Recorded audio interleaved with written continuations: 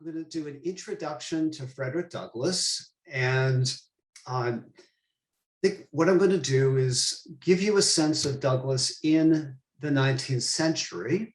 And I'm going to touch on a lot of topics, but I'm only going to talk for 30 to 35 minutes. So there's only so much I can cover. So I'm going to do a presentation, then there will be a Q&A. And anything that I talk about that interests you, please follow up with questions.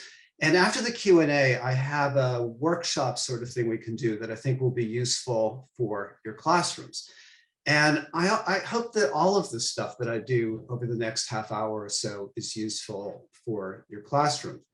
A couple of things I want to emphasize just from this cover page here. Douglass lived a fairly long life. He was alive through most of the 19th century.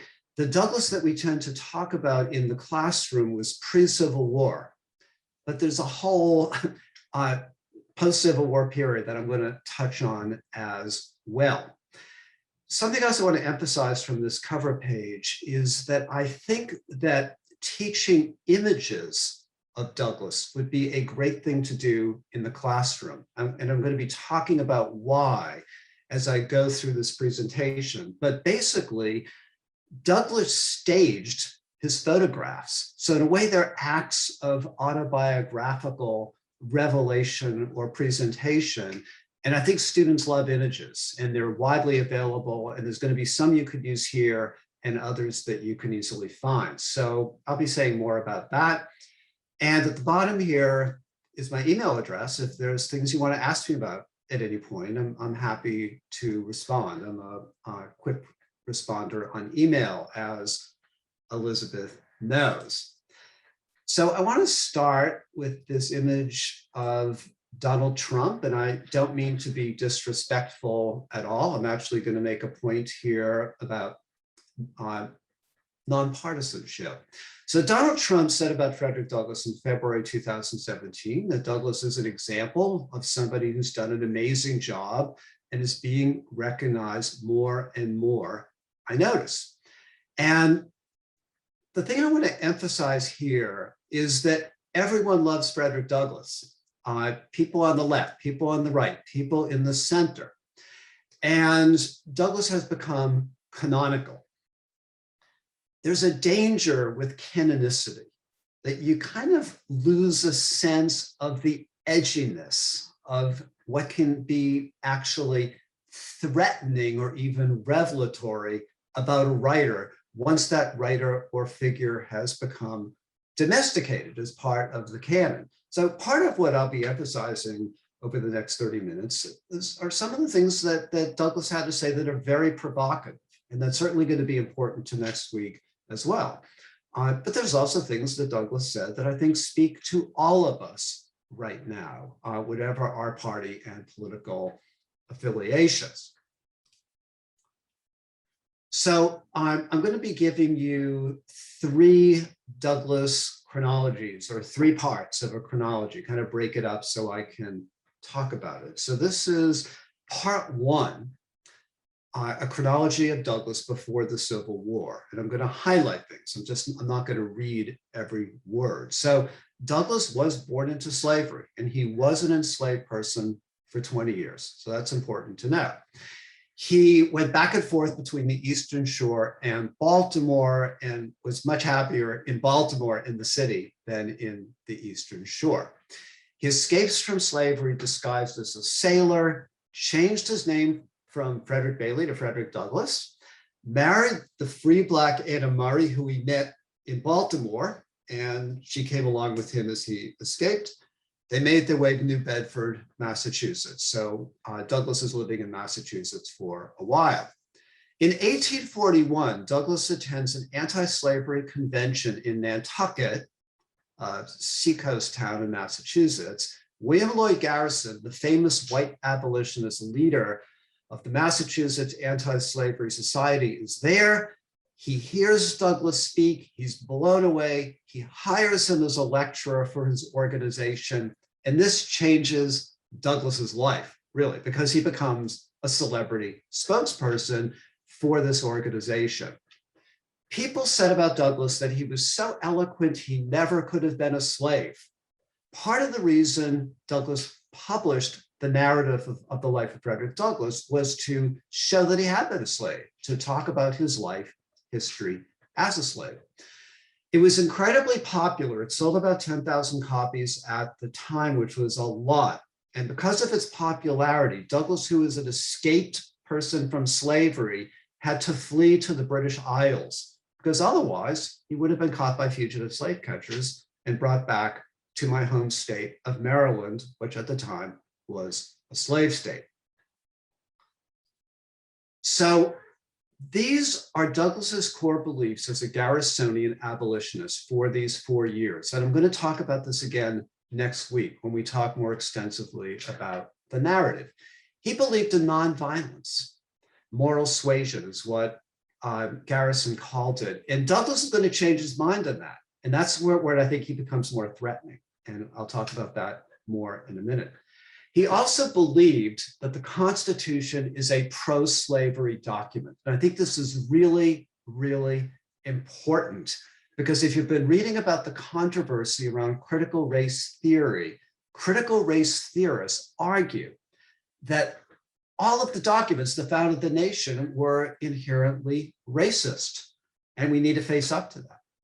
In some ways, this Douglass looked forward to CRT, but a different Douglass emerges after he leaves Garrison. Because he believed the Constitution was a pro-slavery document, he would not vote in elections, he would not participate in the political process, because the argument was everything contributed to the corrupt slaveholding state. He also believed in immediatism, that slavery is immoral and must end immediately. And of course, he believed that forever, as long as there was slavery. So this is the cover page, the frontispiece of the narrative of the life of Frederick Douglass. I believe you could teach this. There are interesting things to learn about this. So it is a slave narrative. Slave narratives were a popular genre among abolitionists in the pre-Civil War era. There's an emphasis on the fact that Douglass wrote it himself, written by himself. It was published by the Anti-Slavery Office. That's William Lloyd Garrison. So Douglass was indebted to a white man, for bringing out the narrative. And in fact, if you've looked at the narrative, you know that it is introduced by William Lloyd Garrison. And the idea back then was you needed a white person to introduce a slave narrative in order to legitimate it. And Douglass was going to fight back against that, as you'll learn in a second. And then I love this image of Douglass. And I would, this is one of many images of Douglass that one could teach. I believe that Douglass wanted to look like this. He wanted to look thoughtful, civilized, note the jacket and tie, a little bit angry or serious.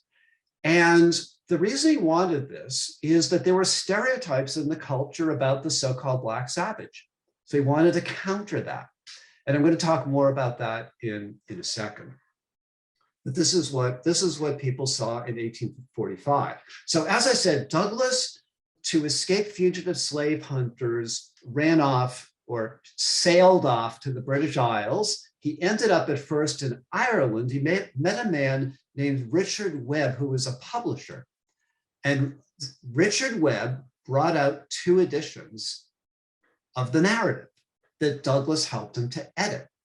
So one thing that Douglass did, so you can see this is published in Dublin, 1845, so it's later in the year. Webb is Richard Webb, the friend that Douglass made.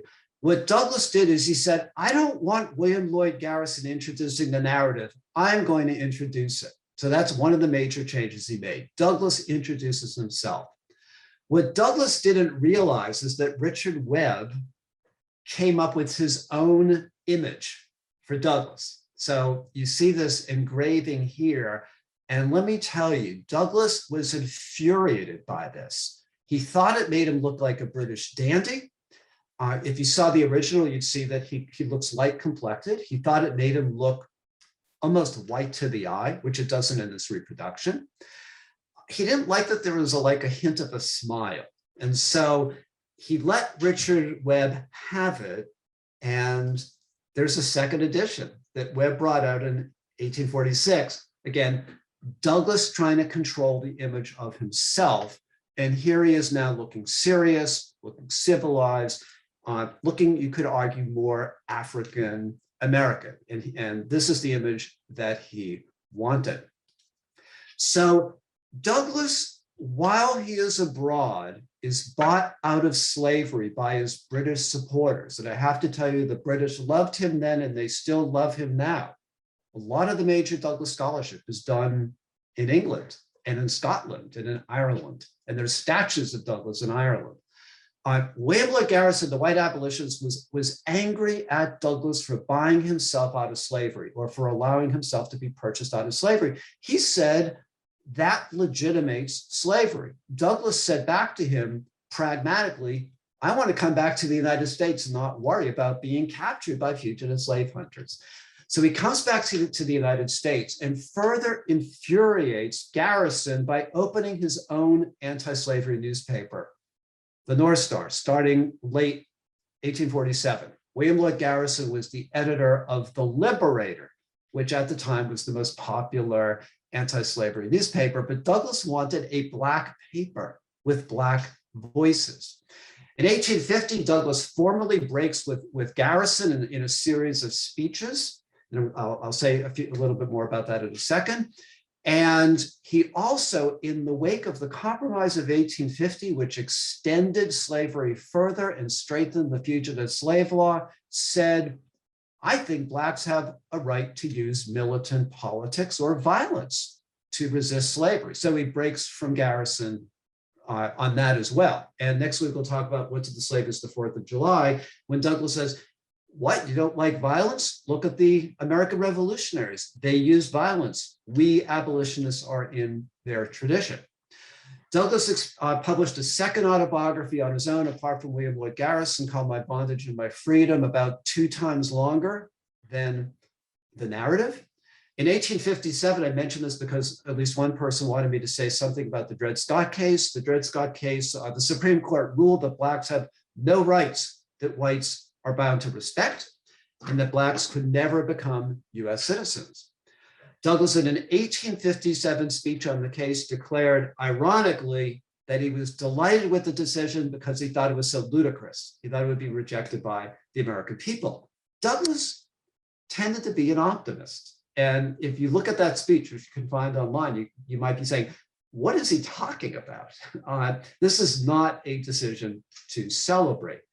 Meanwhile, Douglass became friends with John Brown, white militant abolitionist, who attacked Harper's Ferry in Virginia, West Virginia, in October 1859.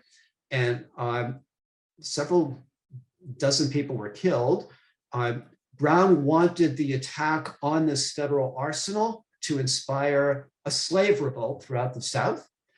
Douglass, because he was a friend of Brown, was at risk of being arrested as a co-conspirator, even though Douglass told Brown, I think you're all going to be killed. I'm not going to participate. So he didn't participate. And he returns in 1860 and supports Lincoln for the presidency. So I just want to emphasize 2 of Douglass's core beliefs after breaking with Garrison, and I'm going to do this again next week because this is important to what to the slave is the 4th of July. The first is that the Constitution he now believed was an anti-slavery document. Therefore, one should participate in elections and the larger political process. Therefore, thinking about Douglass right for the current moment, he can't be linked up to critical race theory. Because, and I'm going to talk more about that near the end of the talk, but he's basically saying it's good to pursue human rights. It's not all going to be subsumed to a slave state.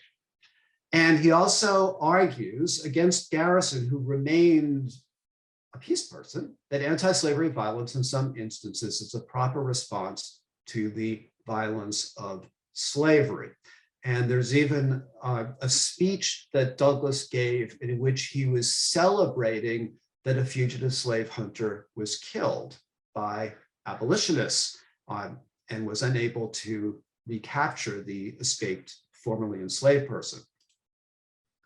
Here's another wonderful picture of Douglass. And again, I want to emphasize, I think you could spend a good deal of time, of at least one class time, looking at images of Douglass over the years and the way that he presents himself to his viewers. And I think he creates, people talk about the photographer creates the picture. I think that Douglass created the pictures. He sat in a certain way, he looked in a certain way, he dressed in a certain way in order to make a statement about his seriousness, the fact that he's civilized, that he's brooding, that he's intelligent. And all these pictures, he's wearing a jacket and tie. It's hard to find an informal picture of Douglass. There's a book that was published in 2015, Picturing Frederick Douglass. It was published by Norton. It was widely distributed, circulated. It's in most public libraries. It was priced inexpensively.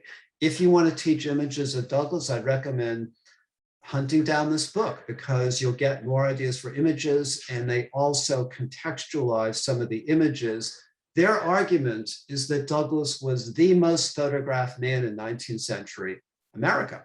And I think he's the most photographed man in 19th century America because he loved the technology, he loved posing for pictures, and he saw the pictures as serving purposes, anti-racist purposes.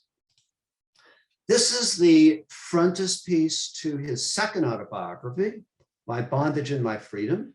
There's a lot of people who say this is his greatest autobiography. It's longer, so it's harder to teach at the middle school or high school level. It's about 250 pages. But what I'd emphasize here is, Douglass claims authorship. James McCune Smith was a Black physician in New York. So Douglass liked the idea of being introduced by a Black intellectual and not by a white abolitionist who is legitimating him. It is not published by a white abolitionist organization. It's published by a New York publisher. And look at that wonderful image of Douglass, again, with the jacket, the cravat, the hair in place, the serious expression. And to me, it looks like his hands are in a fighting position. So I think you could teach this title page as well. I'm going to give you one other frontispiece in a moment. Okay, I don't think you should teach this, but I think you should know about this. This is a reproduction of a page from one of the best-selling books of the period, and it was about race, ethnology, anthropology. It's called Types of Mankind. It was written by doctors. It was published in Philadelphia. It drew on the research of a famous Philadelphia physician who was studying skulls. His name was Samuel Morton. And what these people concluded is that if you look closely at the skulls of white people and Black people are closer to savages. So you have this Greek god sort of figure of the white person, and then the juxtaposition of the Black person and the chimp on this page. And there are other images like this in the book. They're horrifying. I note here, if you're interested in pursuing this, and you can find all of this online, that Douglass responded to this book in a famous speech, The Claims of the Negro Ethnologically Considered, in which he tears apart ethnology. But the reason I want to show you this image is that I want you to understand and see what Douglass was up against and why it was so important to him to represent himself in the way that he does. I think the danger of teaching this to middle school or high schoolers is obvious, that it could encourage racism and make Black students in particular feel uncomfortable. Okay, Douglass and the Civil War. I want to talk quickly about Douglass and the Civil War. Douglass believed that the Civil War should be regarded as a war of emancipation. Abraham Lincoln at first regarded the Civil War as a war to preserve the Union.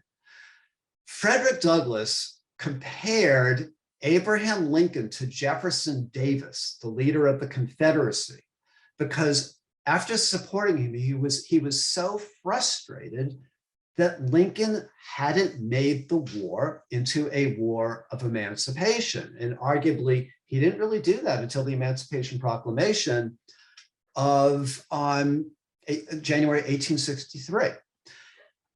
Douglass, so there's a whole bunch of material in Douglass's newspapers, and Douglass edited a newspaper from 1847 until 1863, a whole bunch of stuff in Douglass's newspaper attacking Lincoln. But he meets Lincoln at the White House in 1863. Back in the day, presidents met with people. And he actually visits Lincoln 3 times. The first time he wants the Black soldiers in the Union Army, and they were allowed to fight for the Union Army starting early 1863. He wanted them paid the same as the white soldiers. They discussed that. Lincoln said, I'll consider that. I don't want to alienate white people, but maybe we can make that happen. They had good discussions. And meanwhile, Douglass begins to recruit Black troops for the Union Army. So he does become friends with Lincoln in the final years of the Civil War. After the Civil War, after Lincoln is assassinated in April 1865, Andrew Johnson, the vice president, assumes the presidency and does not support Reconstruction. And for Douglass, what Reconstruction was the fight for Black voting rights, Black rights to citizenship, and the whole effort to make the Confederate States something not like Confederate states. Andrew Johnson was very sympathetic to the South. He was racist, and he was moving really slowly. And Douglass and white radical Republicans became frustrated with him, and Douglass is supporting his impeachment. He was impeached, but he wasn't convicted. Douglass actively works for Reconstruction and Black rights from this time to his death in 1895. He edits one more newspaper, New Era, which champions Reconstruction. Some historians put 1877 as the date that Reconstruction ends. Others say 1905. I mean, you see all different kinds of dates, but I'll just say that Douglass was dismayed by the failure of Reconstruction, and it did fail, but he kept on fighting. Published his third autobiography, Life and Times of Frederick Douglass, 1881, then a revised version in 1892. Interestingly, after the death of his wife, Anna, who was a Black woman, he marries Helen Pitts, a white woman, 20 years his junior, who had been working as his secretary. As you might imagine, in 19th century racist America, there's a lot of controversy about that. And what Douglass said is, my first wife was the color of my mother, and my second wife was the color of my father. And he was very aggressive about the right to an interracial marriage. 1894, he delivers one of his most famous speeches called Lessons of the Hour, which was an attack on the upsurge of the lynching of Black men. And he dies on February 20th, 1895, several hours after speaking at a women's rights convention. And one thing I want to emphasize about Douglass is that for the beginning of his career until 1895, he was a strong supporter of women's right to vote. And in 1848, there was the first women's rights convention. It was held in Seneca Falls, New York, and Douglass was there. He has numerous editorials championing women, and I think it's fitting in some ways that he would die after speaking at a women's rights convention, because this is one of his major initiatives. And I'd be happy to talk more about that during the Q&A.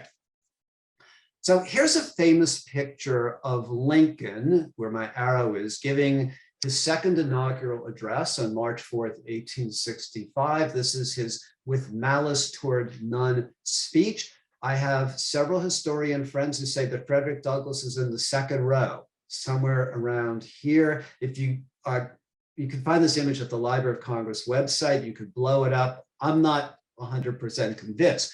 What we do know is that Lincoln invited Douglass to the second inauguration and to the party that followed in the White House.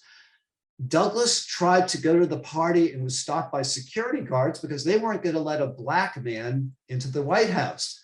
Some people recognized Douglass. He was able to go inside. Lincoln saw him, immediately went over to Douglass and said, "There's my friend Douglass. I'd like to know your opinion of my speech. I would value that opinion more than anyone else's.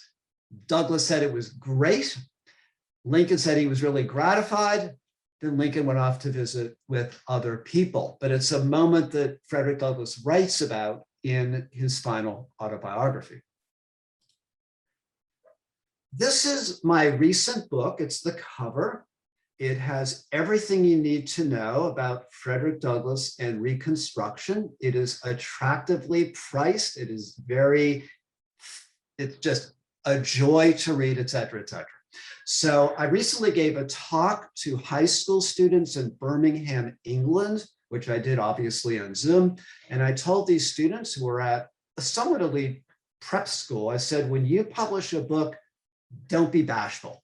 Tell people about it. And then I showed them the cover. Now, you could read this book, but this is the argument of the book. You don't really have to read it, because this is the whole argument of the book. And this is what I want you to know. I call this the Douglass argument, 1861 to 1895. Douglass said at a meeting of the American Anti-Slavery Society in May 1865, that's a month after Lincoln was assassinated and when Johnson is president, he says, slavery is not abolished until the Black man has the ballot. So what my book is about, what any book about Douglass and Reconstruction would be about, is that Douglass wasn't happy with just the 13th Amendment, which ended slavery in the United States. He wanted Blacks to have the vote. He wanted Blacks to have citizenship. And he said this at this May 1865 meeting because William Lloyd Garrison, again, the white abolitionist who founded this society, said, our work is done. We can shut down the organization. And Douglass said in response, slavery is not abolished until the Black man has the ballot. There was a vote and the group decided not to disband. Garrison resigned, and in 1870, the group did disband because the 15th Amendment gave the Black man the vote.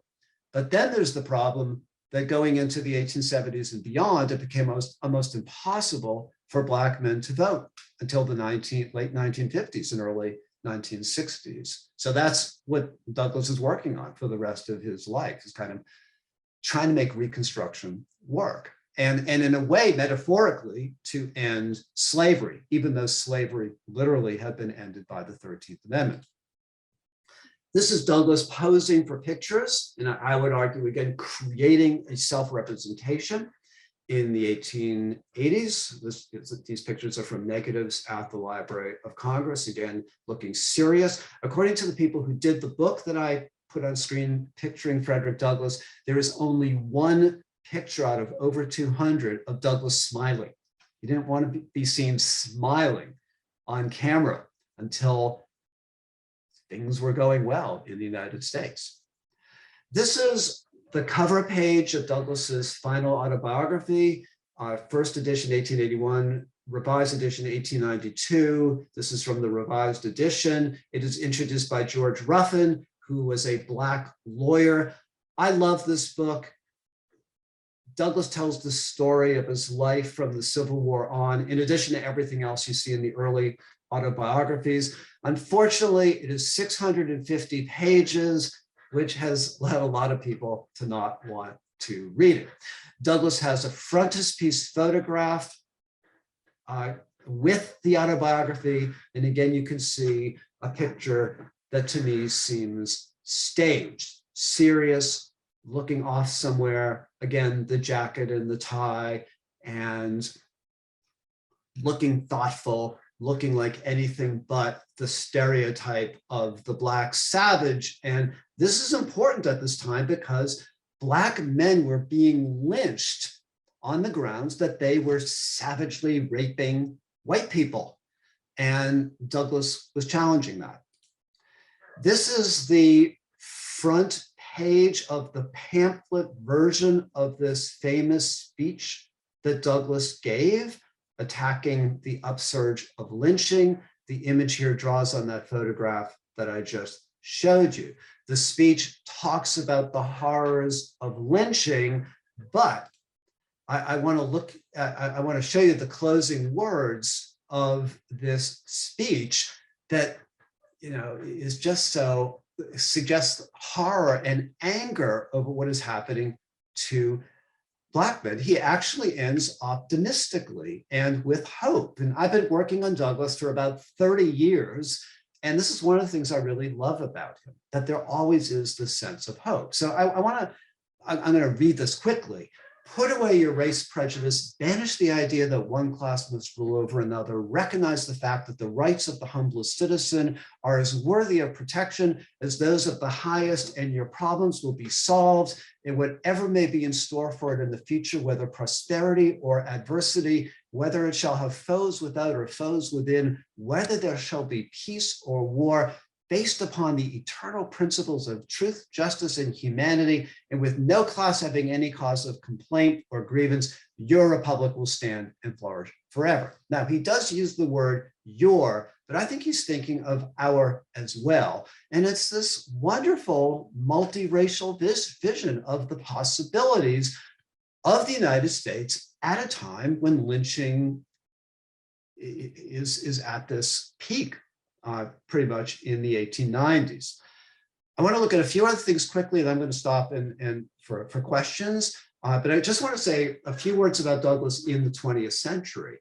Douglass was not always there as a central figure in the 20th century. And I've done a history, a book that Elizabeth mentioned that I wrote called The Lives of Frederick Douglass, that kind of tries to recuperate Douglass's reputation. How did it grow? That's one of the things I do in the book. Well, from about the time of his death until 1961, Douglass was known just as an orator. He gave good speeches, and some of those speeches survived.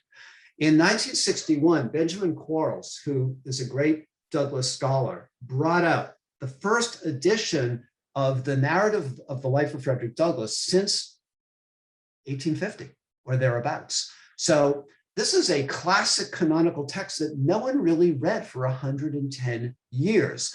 Harvard brought it out. It was then reprinted by a number of presses. It's 1961. It's the civil rights movement. And suddenly, Douglass is at the center of the civil rights movement.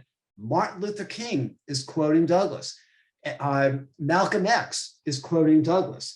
And Douglass became a celebrity long after his death. I love this. He was on the cover page of Life magazine.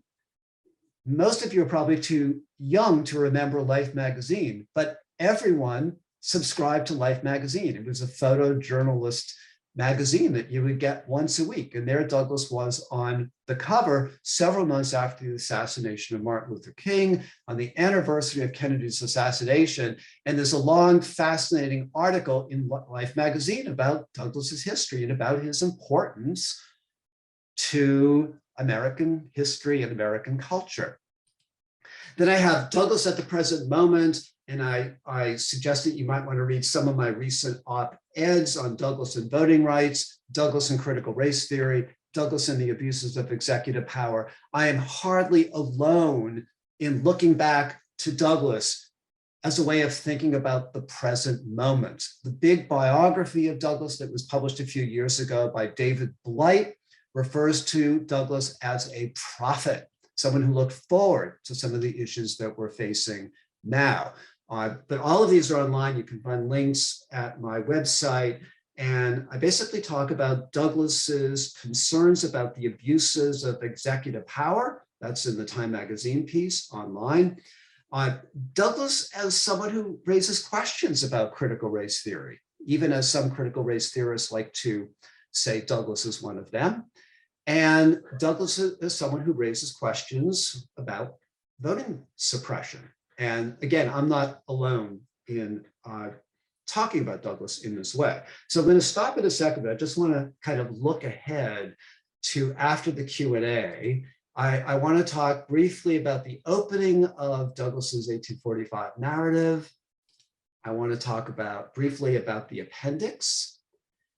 And I have 3 questions to think about, 2 of which would be useful in the classroom. So that's for in a few minutes. And let me stop the share at this point. And I'm happy to take questions.